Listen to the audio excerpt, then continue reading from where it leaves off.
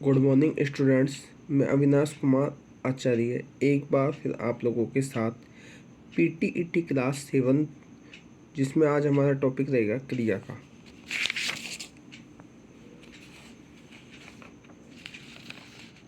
Yes, देखिए, क्रिया की बात करें तो जिन क्रिया का मतलब होता है काम का करना या होना। जिस शब्द से किसी कार्य के करने या होने का बोध हो उसे क्रिया कहते हैं। कर्म के अनुसार क्रिया की बात की जाए तो दो प्रकार की होगी, सकर्मक, अकर्मक। देखो, दो प्रकार की करने के लिए हमें जाना, कर्म में के और में कितने वर्ण है? दो। तो इसलिए क्रिया कितने प्रकार के? दो, सकर्मक और अकर्मक। सकर्मक की भी बात की जाए तो ये भी दो प्रकार की होगी, एकर्मक और द्विकर्मक क्रिया। क्योंकि यह चार और चार का आधा क्या हो जाएगा? दो। अकर्मक की बात की जाए तो ये भी हमारे कितने प्रकार की होगी? दो प्रकार की, पूर्ण अकर्मक और अपूर्ण अकर्मक। क्योंकि इसमें चार वर्ण थे, चार का आधा क्या हो जाएगा? दो।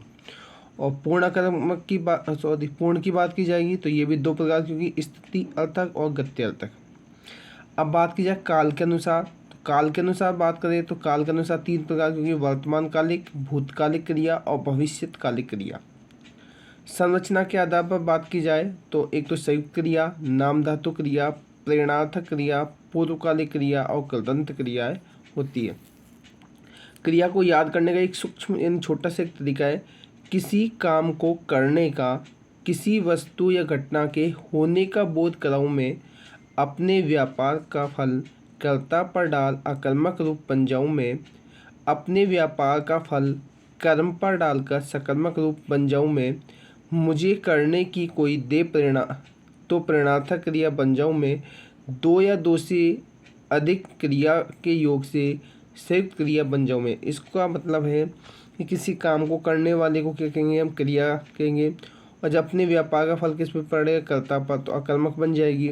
और व्यापार का फल किस पर पड़ेगा? कर्म पर, तो सकर्मक हो जाएगी। किसी कार्य को करने की प्रेरणा देने वाली प्रेरणार्थक हो जाएगी। और दो से अधिक क्रियाओं के योग से कौन सी क्रिया बन जाएगी? हमारी संयुक्त क्रिया बन जाएगी। इसके बाद बात की जाए कर्म के आधार पर, तो कर्म के आधार पर सबसे पहले हमारी सकर्मक क्रिया। जिस क्रिया के भाव को स्पष्ट करने के लिए वाक्य में कर्म की आवश्यकता होती है उसे सकर्मक क्रिया कहते हैं। जैसे बात करें हम पूर्ण एकर्मक क्रिया, इन क्रियाओं में एक कर्म की आवश्यकता होती है। जैसे कुत्ते ने बकरी को काटा, तो यहाँ बकरी है जो हमारा क्या कर्म है, इसलिए। पूर्ण द्विकर्मक की बात करें जिसमें दो कर्मों की आवश्यकता होती है, माता बच्चे को दूध पिलाती है, तो यहाँ बच्चा और माता है, सॉरी दूध है जो हमारी कौन सी है? दो कर्म है, इसलिए कौन सी हुई? द्विकर्मक क्रिया। अपूर्ण सकर्मक की बात करें, ये वे क्रिया हैं जिनमें कर्म रहते हुए भी कर्म के किसी पूरक शब्द की आवश्यकता बनी रहती है। वर्णार्थ अपूर्ण रहता है, जैसे मानना, समझना, चुनना आदि ऐसी क्रियाएं। जैसे मोहन अमित को मूर्ख समझता है, तो यह मूर्ख है, उस शब्द की हमें क्या हुई? आवश्यकता हुई। ये सभी लड़के मोहन को पागल समझते, तो यह पागल जो शब्द है उसकी हमें आवश्यकता हुई। द्विकर्मक क्रियाओं में पदार्थ का बोध कराने वाला कर्म मुख्य कर्म तथा प्राणीवाचक जो कर्म होगा गौण कर्म होगा। और सकर्मक क्रिया की पहचान के लिए मैं आपको बता देता हूँ। इसके लिए हमें क्या, किसने और लगाकर प्रश्न करना है क्रिया से। अगर उसका आंसर आ जाएगा तो क्रिया हमारी सकर्मक होगी, और नहीं आने पर कौन सी होगी? हमारी अकर्मक क्रिया होगी। अब बात करते हैं कर्म क्रिया की। जिस क्रिया को वाक्य में कर्म की आवश्यकता नहीं होती है उसे अकर्मक क्रिया कहते हैं। अकर्मक क्रिया में बात करें पूर्ण अकर्मक क्रिया, जो क्रिया बिना कर्म के पूर्ण अर्थ प्रकट करती है उसे कर्ता की दशा, गति, आने का बोध होता है, उसे पूर्ण अकर्मक क्रिया कहते हैं। जैसे बच्चा रो रहा है, देवेश हंस रहा है। अपूर्ण अकर्मक की बात करें, जिन क्रियाओं की पूर्णता के लिए कर्ता से संबंध रखने वाले किसी शब्द की आवश्यकता पड़ती है उसे अपूर्ण अकर्मक क्रिया कहते हैं। जैसे महान बहुत तेज निकला, तेज का संबंध या कर्ता से है।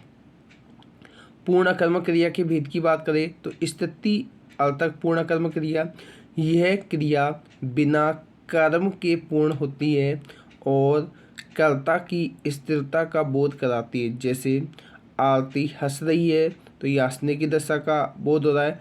वह बैठी है, वह छत पर है। गत्यर्थक पूर्ण कर्म क्रिया की बात करें, यह क्रिया भी बिना कर्म के पूर्ण होती है और कर्ता की गतिमान दशा का बोध कराती है। जैसे मोहन जा रहा है, तोता उड़ रहा है, विमान जा रहा है। काल के आधार पर बात की जाए तो काल के आधार पर क्रिया के 3 भेद थे। इनको याद करने के लिए याद रखो, एक चार्ट ऐसा पड़ेगा जिसमें तीनों काल याद आ जाएंगे, वर्तमान, भूत और भविष्य। सबसे पहले हम बात करें वर्तमान कालिक क्रिया। क्रिया का वह रूप जिससे वर्तमान समय में कार्य के संपन्न होने का बोध हो, उसे वर्तमान कालिक क्रिया कहलाती है।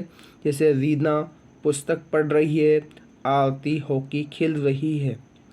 भूतकालिक क्रिया की बात करें, क्रिया का वह रूप जिसके द्वारा बीते समय में कार्य के संपन्न होने का बोध होता है, भूतकालिक क्रिया कहलाती है। जैसे राम घर चला गया, रीना ने बहुत सुंदर गीत गाया। भविष्यकालिक क्रिया की बात करें तो क्रिया का वह रूप जिसके द्वारा आने वाले समय में कार्य के संपन्न होने का बोध होता है, उसे भविष्यकालिक क्रिया कहते हैं।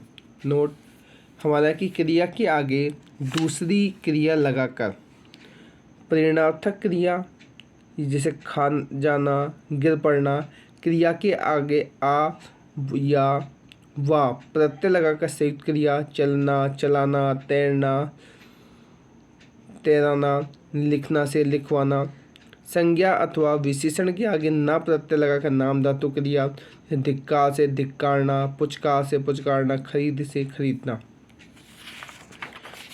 आगे बात करें संरचना के आधार पर, तो सबसे पहले हमारी संरचना के आधार पर पूर्वकालिक क्रिया। जब कर्ता एक क्रिया पूर्ण कर दूसरी क्रिया करता है तो पहली क्रिया को पूर्वकालिक क्रिया कहा जाता है। जैसे पूर्वकालिक को तात्कालिक क्रिया भी कहा जाता है। पूर्वकालिक क्रिया में कर या करके जुड़ा होता है।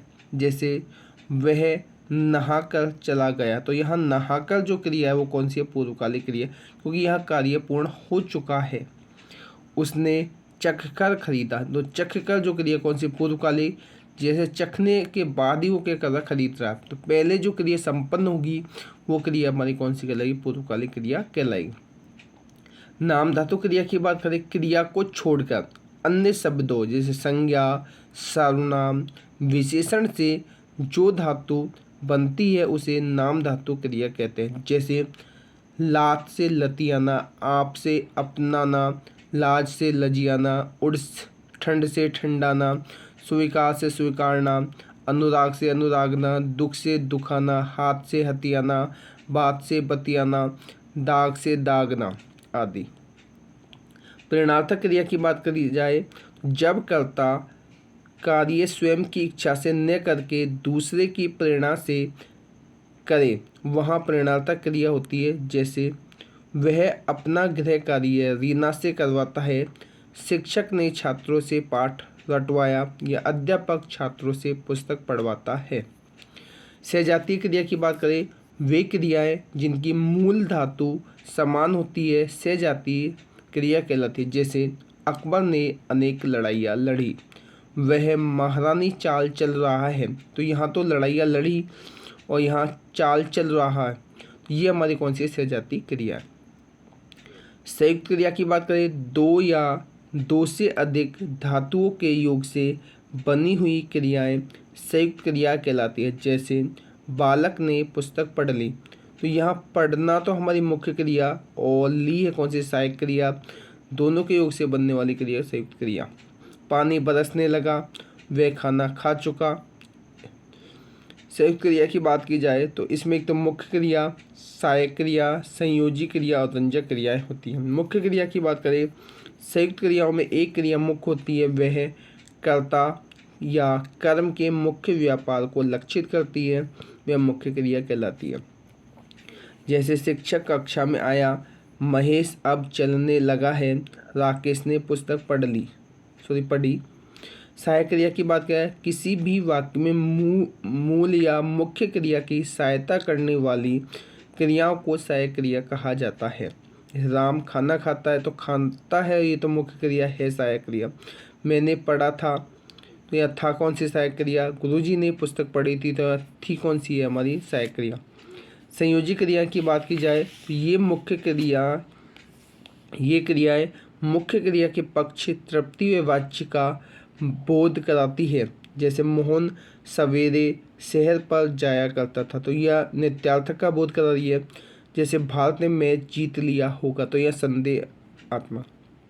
रंजक क्रिया की बात करें, रंजक क्रियाएं मुख्य क्रिया के अर्थ में विशेष रंगत लाती है, जैसे उठना, बैठना, आना, जाना, पढ़ना, लेना, देना, लगाना, चाहना आदि। तो इस तरह के और भी वीडियो जानने के लिए इस चैनल को लाइक, शेयर और सब्सक्राइब करना ना भूलें। Thank you.